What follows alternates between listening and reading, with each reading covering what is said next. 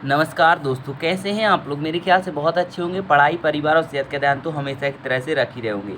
आज हम बात करने वाले हैं GS3 से रिलेटेड क्वेश्चन के बारे में, जो आपका विषय होगा, जो आपका यूपीएससी का विषय होता है। इस बात पे ध्यान रखें, विषय और टॉपिक दोनों में अंतर होता है। विषय जो है आपका सिलेबस बेस्ड होता है, जैसे कि संरक्षण, पर्यावरण, प्रदूषण और क्षरण, पर्यावरण प्रभाव का आकलन। अब आपका मेन टॉपिक आएगा, विश्व वानिकी कांग्रेस में सियोल वन घोषणा की स्वीकृति दी गई है। तो आखिर जो है World Forestry Congress adopt Seoul Forest Declaration, आखिर होता क्या है, इसके संबंध में हम आज पूरी डिटेल से आपको पढ़ा देंगे। और ये बात याद रखिएगा, ये चीज़ें बदलने की ज़रूरत नहीं होती है, बस इसमें जो जहाँ पर ये ऑर्गेनाइज होती है बस वही बदला जाता है, और जो जस का तस रहता है जब तक कि उसमें कोई भी संशोधन ना किया जाए। तो ये इंटरनेशनल रिलेशनशिप से भी संबंधित टॉपिक बन जाएगा। चलिए, तो बात करेंगे हम संदर्भ। तो हाल ही में सियोल वन घोषणा, हाल ही में दक्षिण कोरिया के सियोल शहर में, सियोल क्यों है, सियोल शहर कहाँ है, दक्षिण कोरिया में, सियोल शहर में संपन्न हुई 15वीं विश्व वानिकी कांग्रेस, वर्ल्ड फॉरेस्ट्री कांग्रेस में हुई चर्चाओं का परिणाम है। यह विश्व वानिकी कांग्रेस एशिया में आयोजित होने वाली दूसरी कांग्रेस थी। इससे पहले एशिया में वर्ष 1978 में इंडोनेशिया की मेजबानी में यह कांग्रेस आयोजित की गई। कांग्रेस मीन्स यहाँ पर सभा से संबंधित है, ना कि कोई बच्चा ये ना समझे कि भारत की कांग्रेस है। और कल एक बच्चा मुझसे पूछ रहा था, उसके बारे में हम लास्ट में बताएंगे, तो आप उसको जरूर देखिएगा, ठीक ना। चलिए, तो विश्व, अभी आपसे पूछा जा सकता है कि एशिया में कितनी बार हो चुका है, तो एशिया में ये दूसरी बार था। ये अभी वर्तमान में कहाँ हुआ है, दक्षिण कोरिया के सियोल शहर में। इसके पहले कहाँ हुआ था, इंडोनेशिया में 1978 में आपको देखने को मिलेगा। कहाँ मिलेगा, 1978 में इंडोनेशिया ने इसकी मेजबानी की थी। तो क्या है विश्व वानिकी कांग्रेस, यानी वर्ल्ड फॉरेस्ट्री कांग्रेस होती क्या है। तो विश्व वानिकी कांग्रेस लगभग हर 6 साल में एक बार आयोजित की जाती है, यानी कि हर 6 साल में एक बार आयोजित होने वाली सभा है। हर साल आयोजित नहीं होती है, नहीं तो बहुत सारे बच्चे वहाँ पे लिखा आएगा विश्व वानिकी कांग्रेस के बारे में, ये कथन लिखे रहेंगे और आपसे पूछा जाएगा यह हर साल आयोजित होती है, तो आप बच्चे गलत लगा देंगे, ठीक ना।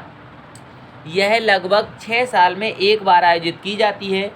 पहली बार विश्व वानिकी कांग्रेस 1926 में इटली में आयोजित की गई थी, और वर्ष 1924 में खाद्य एवं कृषि संगठन FAO द्वारा मेजबान देशों को इस कांग्रेस के आयोजन में मदद की जाती है।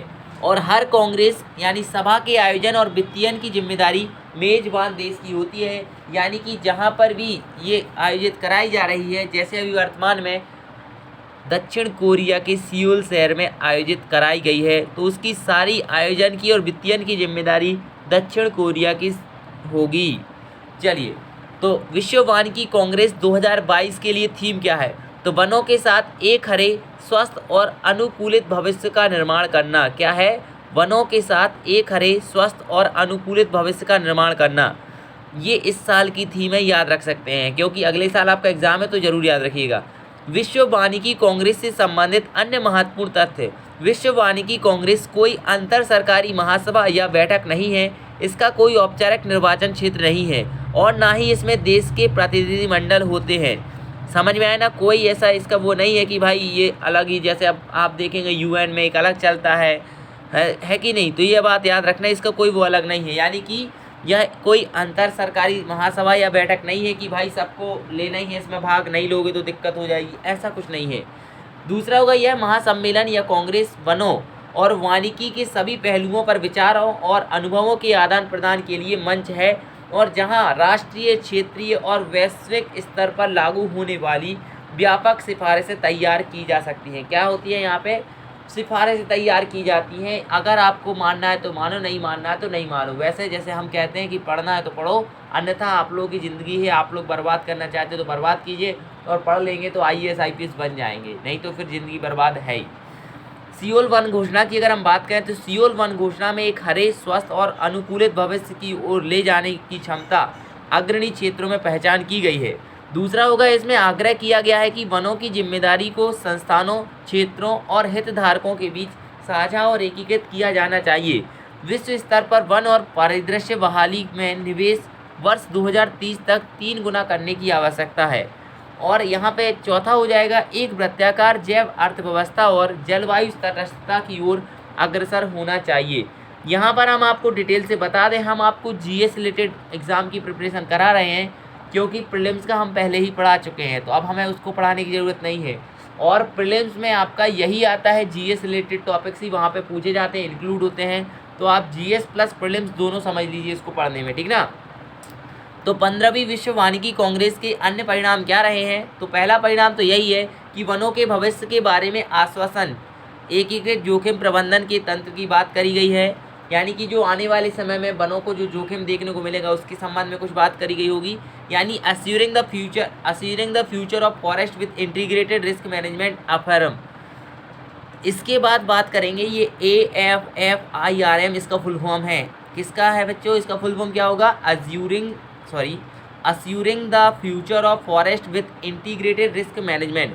और वन पारिस्थितिकी तंत्र की प्रचुरता को बनाए रखने की अगर हम बात करें तो sustaining and abundance of forest ecosystem, ये इसका फुल फॉर्म आपको देखने को मिल जाएगा। अगर आपसे पूछा जाए तो जरूर याद रखिएगा।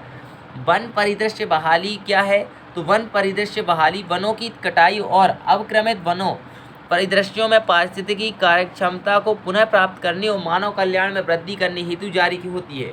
और वन परिदृश्य बहाली की अगर हम बात करें का तात्पर्य सिर्फ पेड़ लगाने से कहीं अधिक है। इसके तहत वर्तमान और भविष्य की जरूरतों को पूरा करने और समय के साथ कई लाभ प्रदान करने और इस्तेमाल योग्य भूमि उपलब्ध कराने के लिए एक पूरे परिदृश्य को बहाल किया जाता है। यानी कि कोई भी चीज़ है, अगर आपने पेड़ लगाया है तो पेड़ लगाना बस नहीं है, उसको पानी भी देना है, उसको बड़ा करने की जिम्मेदारी भी आपको लेनी है। तो आई होप कि आपको ये लेक्चर अच्छा लगा होगा। तो रामकृपाल चौरसिया जी के द्वारा एक क्वेश्चन पूछा गया था कि सर जो यूपीएससी में बहुत कम बच्चे सिलेक्ट होते हैं, तो उसका सीधा सीधा आंसर हम आपको बता दें कि हिंदी माध्यम से जो बच्चे हैं वो सिलेक्ट कम इसलिए होते हैं क्योंकि वो पढ़ते नहीं हैं, जबकि इंग्लिश माध्यम के, अंग्रेजी माध्यम के बच्चे पढ़ते हैं। पहले था ऐसा ज़माना कि जब हिंदी माध्यम के बच्चों के लिए कोई भी सोर्स नहीं होते थे पढ़ने के लिए, लेकिन आज का ऐसा ज़माना है कि आप हमारे ग्रुप में जुड़े होंगे तो आपको मालूम होगा कि क्या चीज़ की कमी है आपको हमारे ग्रुप में, तो आप बता दीजिए कि ये कमी है। तो सबके सिलेक्शन होते हैं, बस पढ़ने की कमी है। आपको मालूम होना चाहिए जो अभी इस बार 19वीं रैंक लगाई है हिंदी माध्यम की विद्यार्थी ने, एक 19वीं रैंक लगाई है। तो 19वीं रैंक भी एक अपने आप में बहुत बड़ा एक अचीवमेंट होता है। तो मुझे उम्मीद है कि आप भी पढ़ाई करेंगे और अभी से पढ़ना स्टार्ट कर दीजिए नेक्स्ट ईयर के एग्ज़ाम के लिए, क्योंकि 4 जून या 6 जून के एग्ज़ाम होगा नेक्स्ट ईयर 2023 में। तो इसलिए जीएस प्लस प्रीलिम्स दोनों की प्रिपरेशन तैयार रखें और पढ़ाई कर जाइए। चलिए बहुत बहुत धन्यवाद, थैंक यू, जय Hind, good night. Like share and subscribe जरूर कीजिएगा। मैं Mukul Pariyar, 2 time UPSC qualified teacher, और ये वीडियो कल आपका अपलोड हो जाएगा, तो जाकर जरूर देखिएगा। Thank you.